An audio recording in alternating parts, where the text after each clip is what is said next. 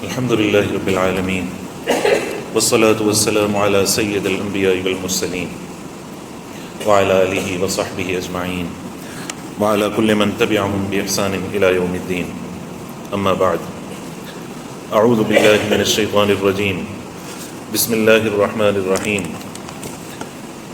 شهر رمضان الذي أنزل فيه القرآن هدى للناس وبينات من الهدى والفرقان. صدق الله العظيم. اللهم صل على سيدنا ومولانا محمد وعلى آل سيدنا ومولانا محمد وبارك وسلم ثم صل عليه. سامعین عزیز وقار، السلام علیکم ورحمۃ اللہ وبرکاتہ.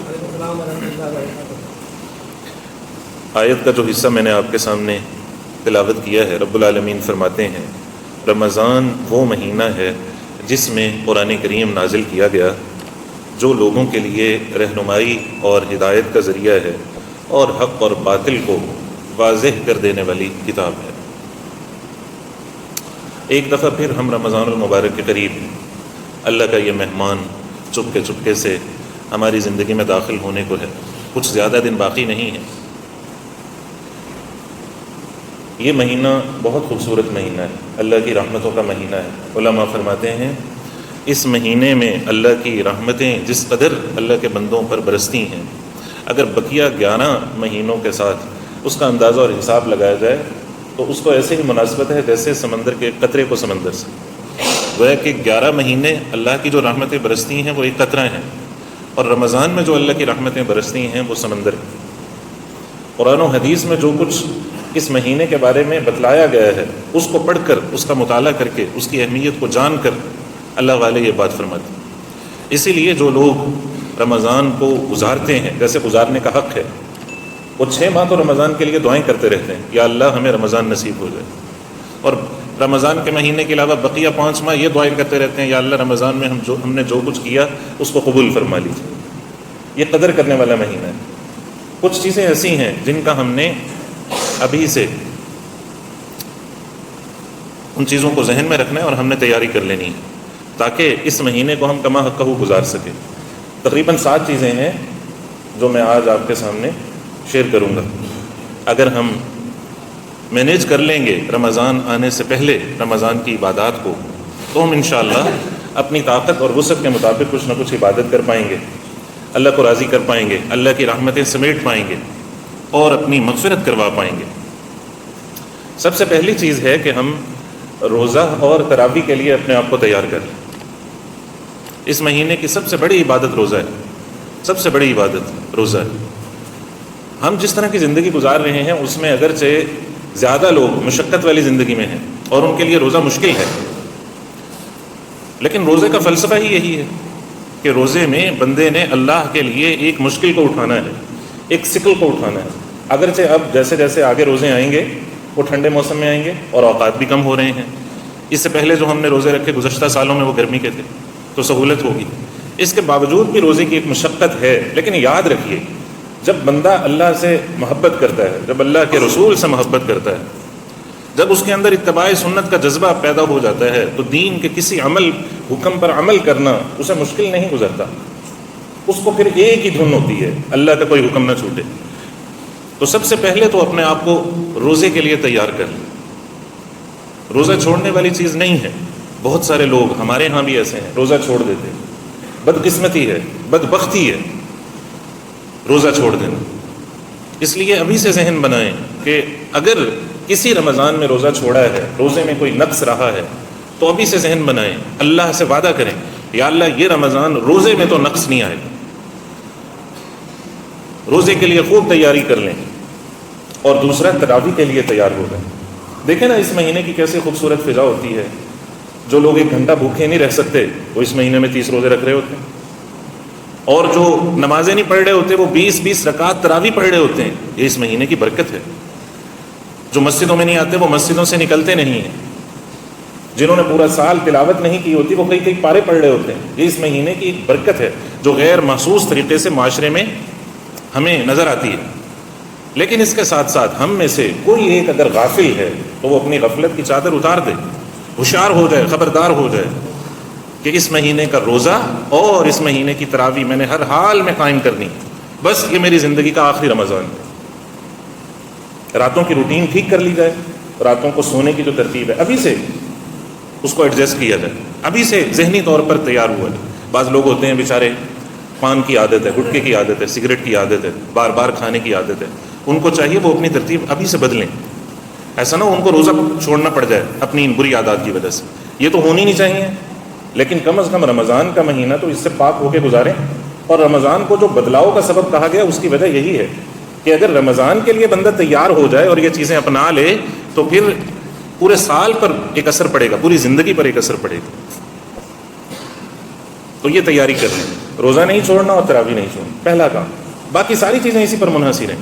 اگر آپ روزے کے لیے تیار نہیں ہیں، آپ کو کوئی پتہ نہیں ہوگا کہ رمضان آ رہا ہے۔ اگر آپ تراویح کے لیے تیار نہیں ہیں تو آپ کو کوئی پتہ نہیں ہوگا رمضان کی راتیں کیسے گزاریں۔ یہ بنیاد ہے۔ دوسری بات یہ ہے کہ ہم اپنے آپ کو قرآن کریم کے قریب کر دیں، قرآن کریم سیکھیں۔ یہ قرآن کا مہینہ ہے، شہر رمضان الذی انزل فیہ القرآن۔ دیکھیں کتنے رمضان گزر گئے، ہمارے قرآن میں کیا ترقی آئی۔ اگر تو ہم حافظ ہیں پھر تو ہمیں خوب پڑھنا ہے، قرآن پاک سنانا ہے یا سننا ہے۔ اگر ہم نے کچھ پارے حفظ کیے ہوئے ہیں تو اس کا اہتمام بھی کیا جا سکتا ہے۔ اگر تراویح میں موقع نہیں مل رہا تو نفل میں کھڑے ہو کے پڑھیں، رات کو قیام اللیل میں پڑھیں، لیکن قرآن کریم کے حافظ ہوں یا کچھ پاروں کے حافظ ہوں اور پھر قرآن کریم کی طرف اس ماہ میں توجہ نہ ہو، انتہائی غفلت ہے۔ اور اگر ہم حافظ نہیں ہیں، پڑھنا جانتے ہیں تو ہم اس کو پڑھیں، پڑھنے کے ساتھ ساتھ اس کا ترجمہ سیکھیں اور اس کو سمجھیں۔ اور اگر پڑھنا ہی نہیں آتا، ہم میں سے بہت سے لوگ ایسے ہوتے ہیں سورۃ الفاتحہ بھی صحیح سے نہیں آتی، تو رمضان وہ مہینہ ہے جس میں ہم وقت نکال لیں قرآن کریم کے لیے۔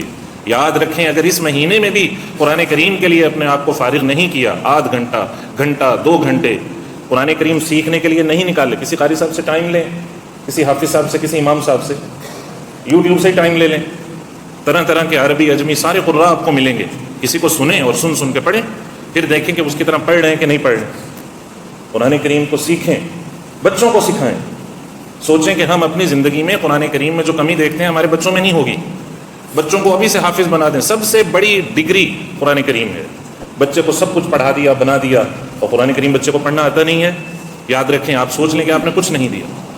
اپنے پر توجہ کریں اور رمضان میں اپنے بچے پر توجہ کریں کہ اگر یہ قرآن پاک پڑھتا ہے تو اس کی رمضان میں کیا روٹین ہے، تاکہ اس کی عادت بنے، یہی عادت بڑے ہو کر عبادت بنے گی۔ اور اگر نہیں پڑھا ہوا، بڑا ہو گیا ہے، کام کرتا ہے یا پڑھتا ہے، تو اس کو کہیں بھائی قرآن کریم ٹھیک کرو، قرآن کریم سیکھو۔ اس لیے یہ دوسرا کام ہے۔ پہلا کام روزے اور تراویح کے لیے اپنے آپ کو تیار کرنا، اور دوسرا کام قرآن کریم سیکھنا۔ یہ قرآن کا مہینہ ہے، اس کی عظمتیں ہی قرآن کی وجہ سے ہیں، اور اگر اس مہینے میں قرآن کریم نہ سیکھا، غافل رہے، پھر اپنی غفلت پر ماتم کے علاوہ ہمارے پاس کچھ نہیں۔ تیسری چیز، ابھی سے فرض نمازوں کو مسجد میں باجماعت ادا کرنے کی ترتیب بنائیں، اور جیسے ابھی کچھ دن باقی ہیں اور رمضان کا مہینہ باقی ہے، ایک عہد کریں کہ 40 دن تکبیر اولیٰ سے نماز ادا کریں گے۔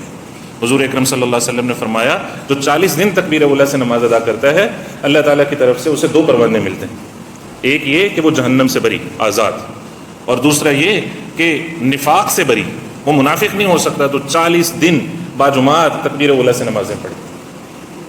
بس اذان ہوتے ہی مسجد کی طرف آئیں۔ ہم دیکھیں معاشرے میں کتنے نمازی ہیں، ہماری PIBT میں کتنے نمازی ہیں، کتنے فیصد آتے ہوں گے مسجد میں؟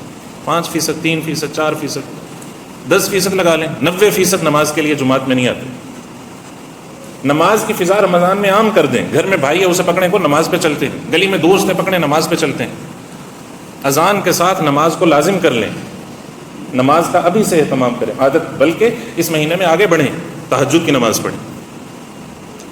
سب سے عظیم نماز فرض نمازوں کے بعد تہجد ہے، رات کی نماز ہے، اللہ سے مانگنے والی نماز ہے، مسائل حل کرنے والی نماز ہے۔ دعائیں کریں اپنے لیے، امت مسلمہ کے لیے، پاکستان کے لیے، PIBT کے لیے، فلسطین کے مظلوم لوگوں کے لیے، سب کے لیے دعائیں کریں، تہجد پڑھیں، ارادہ کریں کہ اس دفعہ تو رمضان میں تہجد نہیں چھوٹے گی، چھوٹنے بھی نہیں چاہیے، سحری میں تو اٹھنا ہے، اور یہ نماز بھی سحری میں پڑھنی ہوتی ہے۔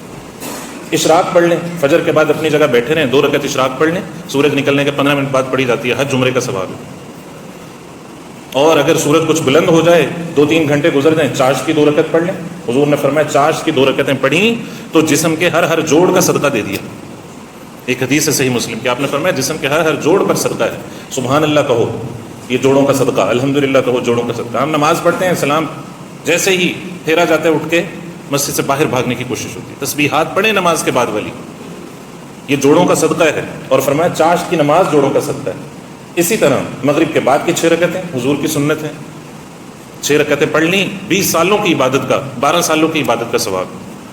صرف فرض نماز نہیں، اس کے ساتھ کہ نفل نمازیں شروع کریں، نماز کی اتنی پابندی ہو، اور اگر رمضان ہو اور فرض نماز چھوٹ جائے، اللہ اکبر۔ یہ 3 کام ہو گئے۔ پہلا کام روزہ اور تراویح، عہد کریں کہ اس دفعہ نہیں چھوٹے گی۔ دوسرا کام قرآن کریم سیکھنا، اور تیسرا کام نماز کی پابندی۔ یاد کریں گے تو عمل میں آئیں گے۔ اور چوتھا کام یہ ہے کہ حقوق العباد کو سیٹ کر لیں، لوگوں سے تعلقات سیٹ کریں۔ بھائی دل میں لوگوں سے تعلقات سیٹ کرنے کی بہت ساری صورتیں، ایک یہ ہے کہ حق والوں کو ان کا حق دیں، بیٹیوں کو حق دیں، بیٹوں کو ان کا حق دیں، بھائیوں کو ان کا حق دیں، ماں باپ کو ان کا حق دیں، کولیگز کو ان کا حق دیں، بڑوں کو ان کا حق دیں، چھوٹوں کو ان کا حق دیں۔ کسی کے لیے دل میں قدورت ہے نکالیں، نفرت ہے نکالیں، کینہ ہے نکالیں، رمضان سے پہلے پہلے دلوں کو صاف کر لیں۔ یاد رکھیے دلوں میں جو میل رکھتے ہیں، لوگوں سے جو تعلق توڑتے ہیں، بہن بھائیوں کے ساتھ جو دنگے فساد کرتے ہیں، آپس میں لڑائی جھگڑے کرتے ہیں، ایک دوسرے کے پیچھے لگے رہتے ہیں، جاسوسیاں کرتے ہیں، شکایتیں لگاتے ہیں، جن لوگوں کے دلوں میں بغض اور نفرت ہے ان کی بخشش نہیں ہوتی۔ دنیا کے لیے دین برباد نہ کریں، آخرت برباد نہ کریں۔ حقوق العباد کا معاملہ صاف کر لیں۔ حقوق العباد کا معاملہ ایسا معاملہ ہے کہ اللہ بھی بخشش نہیں کرتے جب تک کہ بندہ معاف نہ کرے، جس کے ساتھ زبان سے زیادتی کی، ہاتھ سے زیادتی کی، یا دل میں اس کے لیے برا رکھا۔ آج کے زمانے میں جو بندہ دل کا سچا ہے نا، وہ جنتی ہے، سمجھ لیں۔ دل کا سچا ہونا کیا ہے کہ دل میں کسی کے لیے غصہ نہ ہو، بغض نہ ہو، کینہ نہ ہو، نفرت نہ ہو۔ بہت مشکل ہے حقوق العباد کا معاملہ۔ برے گمان نہ کریں لوگوں کے بارے میں، خواہ مخواہ برا گمان کر دیا کسی کے بارے میں بھی، وہ تو ایسا ہے، اس نے ایسا اس لیے کیا ہے کہ وہ ایسا ہے، وہ ویسا ہے، وہ کیسا ہے، پتہ نہیں، ہم 10 پیڑھیوں تک بات لے جاتے ہیں، ہاں وہ ایسا ہی ہوگا، پکی بات ہے وہ ایسا ہی ہے، اس کا کچھ ہوا یا نہیں ہوا، ہمارا بیڑا غرق ہو گیا۔ تو حقوق العباد والے جو معاملات ہیں ان پہ نظر ثانی کریں۔ ماں باپ روٹھے ہوئے ہیں تو منائیں، بہن بھائی روٹھے ہوئے ہیں منائیں، کسی کا حق کھایا واپس دیں، کسی کا قرض ہے اس کو واپس کر دیں۔ 5ویں چیز یہ ہے کہ خریداری کر لیں رمضان سے پہلے۔ خریداری کا مطلب ہے اپنے آپ کو فارغ کر لیں۔ کس کے لیے فارغ کرنا ہے؟ روزے کے لیے، تراویح کے لیے، قرآن کے لیے، نماز کے لیے۔ رمضان میں جائیں گے، خریداری کریں گے، جیب کا بھی نقصان ہوگا اور عبادت کا بھی نقصان ہوگا۔ چیزیں بھی مہنگی، ٹھیک ہے جی، جیب کا بھی نقصان، اور جب جائیں گے ظاہر ہے روزے کا بھی نقصان، نماز بھی چھوٹے گی۔ اور رمضان کا مہینہ تو ایسا گزرے جس میں آنکھ غلط نہ دیکھے، جس میں کان غلط نہ سنے، جس میں زبان غلط نہ بولے۔ بازار میں تو یہ سب ہو رہا ہوتا ہے۔ ابغض البلاد الی اللہ اسواقها، احب البلاد الی اللہ مساجدها، حضور نے فرمایا سب سے پسندیدہ جگہ مسجد ہے۔ وابغض البلاد الی اللہ اسواقها، اور اللہ کو سب سے زیادہ غصہ دلانے والی چیز بازار ہے۔ کیوں؟ وہاں جھوٹ ہے، وہاں سود ہے، وہاں دھوکہ ہے، 2 نمبری ہے۔ یہ مجھے اور آپ کو پتہ ہے، ہمارے پاکستانی معاشرے میں ہم اپنے ساتھ کیا ظلم کر رہے ہیں ہمیں پتہ ہے۔ اس لیے خریداری ابھی کر لیں، اپنے ایمان کا نقصان بھی نہ ہونے دیں، اپنے پیسے کا نقصان بھی نہ ہونے دیں، اپنے آپ کو فارغ کر لیں۔ کسی کا دینا لینا، کسی کو ملنا ہے، اپنا کام بھی ہلکا کر لیں اگر ممکن ہے تو۔ ویسے تو کمپنیاں ٹائم کم کر دیتی ہیں، جن کا ٹائم کم نہیں ہوتا وہ بھی کوشش کریں اپنے کام کو کسی طرح نرم کر لیں، ہلکا کر لیں۔ یہ سنت ہے، رمضان میں اپنا بوجھ ہلکا کر لینا اور رمضان کے لیے اپنا وقت نکال لینا۔ یاد رکھیے یہ پیارے نبی صلی اللہ علیہ وسلم کی سنت ہے، اس کو کرنا چاہیے۔ لوگوں سے پوچھو نا رمضان کی تیاری کر لی ہے، کہتے ہیں کیا تیاری کرنی ہے، تیاری ہے، تیاری کرنی ہے، اس لیے کہ یہ مہینہ دوسرے مہینوں سے مختلف ہے۔ اپنا بوجھ ہلکا کریں۔ اسی طرح حضور نے فرمایا ماتحتوں کا بوجھ بھی ہلکا کریں۔ اگر کوئی ملازم ہے اس کو تنخواہ اس مہینے میں اچھی دے دیں، 2 تنخواہیں دے دیں، اس کا کام کم کر دیں، اس کے ساتھ اس مہینے میں کام کروا لیں۔ اپنے ملازمین کے ساتھ بھی رمضان میں لوگ خیال نہیں کرتے، رمضان میں کام ان سے زیادہ کروا رہے ہوتے ہیں۔ تو جو معاملہ ہے اپنے آپ کو فارغ کرنے کا اور خریداری کا، وہ بھی رمضان سے پہلے ہو جائے۔ کتنی باتیں ہو گئیں؟ 5 چیزیں ہو گئیں۔ 6ٹھی چیز یہ ہے کہ حلال کھائیں، حرام سے اپنے آپ کو روک لیں۔ سورس آف انکم کوئی حرام کا ہے، یا ویسے سود میں انوالومنٹ، یا کرپشن کر رہے ہیں، یا 2 نمبری سے پیسہ نکال لیں، یا ادھر ادھر کی چیزیں اپنے قبضے میں لا کے ان سے فائدہ لے رہے ہیں، یہ حرام ہے۔ لوگ کہتے ہیں جی وظیفہ بتا دیں کہ ہمارے رزق میں برکت ہو جائے۔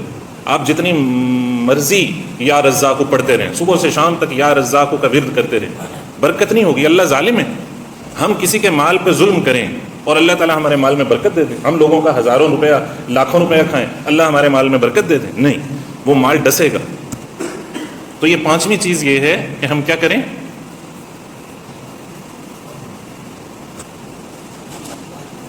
حلال کھائیں، حرام سے بچیں، اور صدقہ خیرات اس مہینے میں بہت ہونا چاہیے۔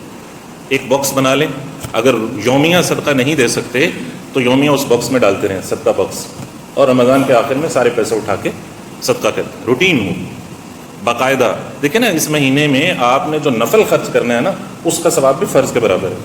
آپ نے 1 روپیہ خرچ کیا، آپ کو اتنا ثواب ملے گا جس نے 1 روپیہ زکوٰۃ دی ہے، حالانکہ آپ پہ تو اگر زکوٰۃ نہیں ہے، ثواب آپ کو زکوٰۃ والا ملے۔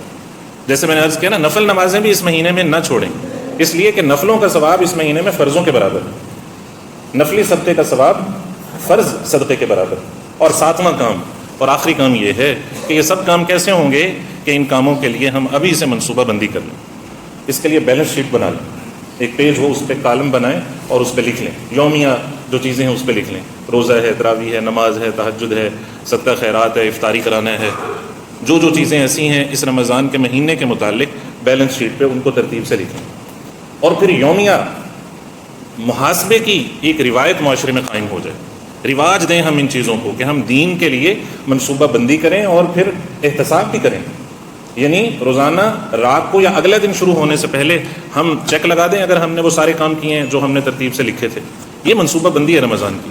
کہتے ہیں نا، رمضان کی تیاری کی تو یہ تیاری ہے کہ پتہ تو ہو یہ میں نے کرنا ہے، اس پہ چیک لگاتے رہیں، یہ کر لیا، یہ کر لیا، اور اگر نہیں ہوا اس پہ کراس لگا، یہ نہیں ہوا۔ اور صرف اسی رمضان کے مہینے کا احتساب نہ کریں، بلکہ اس مہینے کا تقابل کریں زندگی میں جو پہلے رمضان گزرے ہیں ان کے ساتھ۔ پچھلے رمضان میں نے کہیں کوئی روزہ تو مس نہیں کر دیا تھا، یا روزہ رکھ کے کوئی خلاف روزہ کام تو نہیں کر لیا تھا، اس مہینے میں نہیں کروں گا۔ پچھلے مہینے میں نے تراویح پڑھی تھی، نہیں پڑھی تھی، اس مہینے ایک تراویح بھی نہیں چھوڑوں گا۔ پچھلے سال صدقہ خیرات کی کیا روٹین تھی، اس سال صدقہ خیرات کی روٹین برابر رکھوں گا۔ پچھلے رمضان میں نے صحیح سے اللہ کے حقوق ادا نہیں کیے، اس سال کروں گا۔ پچھلے رمضان میں حقوق اللہ تو بھرپور طریقے سے میں نے ادا کیے، لیکن لوگوں کے ساتھ میری طرف سے ظلم زیادتی تھی۔ پچھلے رمضان میں نے کچھ حرام کھایا تھا، اس رمضان میں حرام نہیں کھاؤں گا۔ بلکہ اللہ والے فرماتے ہیں اگر کسی کی کمائی میں کوئی ایسا معاملہ ہے کہ وہ حلال نہیں ہے تو وہ کوشش کرے کہ اپنی کمائی سے رمضان کے اخراجات نہ کرے، کسی سے قرضہ لے لے، اس سے رمضان کے اخراجات کرے اور اپنی کمائی سے وہ قرضہ ادا کر دے۔ تو خلاصہ کلام آج کی گفتگو کا یہ ہوا کہ جیسے ہم اپنی زندگی کے ہر کام کے لیے پہلے سے منصوبہ بندی کرتے ہیں، رمضان کے لیے پہلے سے منصوبہ بندی ہوگی تو ہم رمضان کو بہتر گزاریں گے۔ اس کے لیے پہلی چیز عرض کی گئی کہ روزہ اور تراویح نیت کر لے، نہیں چھوڑیں گے، یہ چھوڑ دیا تو رمضان چھوڑ دیا۔ دوسری چیز قرآن سیکھیں گے، ٹائم نکالیں گے۔ تیسری چیز نمازوں کی ابھی سے پابندی کریں کہ 40 دن باجماعت تکبیر اولیٰ سے نماز پڑھیں۔ اور اسی طرح چوتھی چیز حقوق العباد اپنے سیٹ کر لیں، اور اسی طرح پانچویں چیز اپنے آپ کو فارغ کر لیں، خریداری کریں۔ چھٹی چیز حلال کھائیں اور دوسروں کو بھی کھلائیں، صدقہ کریں۔ اور ساتویں چیز منصوبہ بندی اور اس کے ساتھ یومیہ محاسبہ۔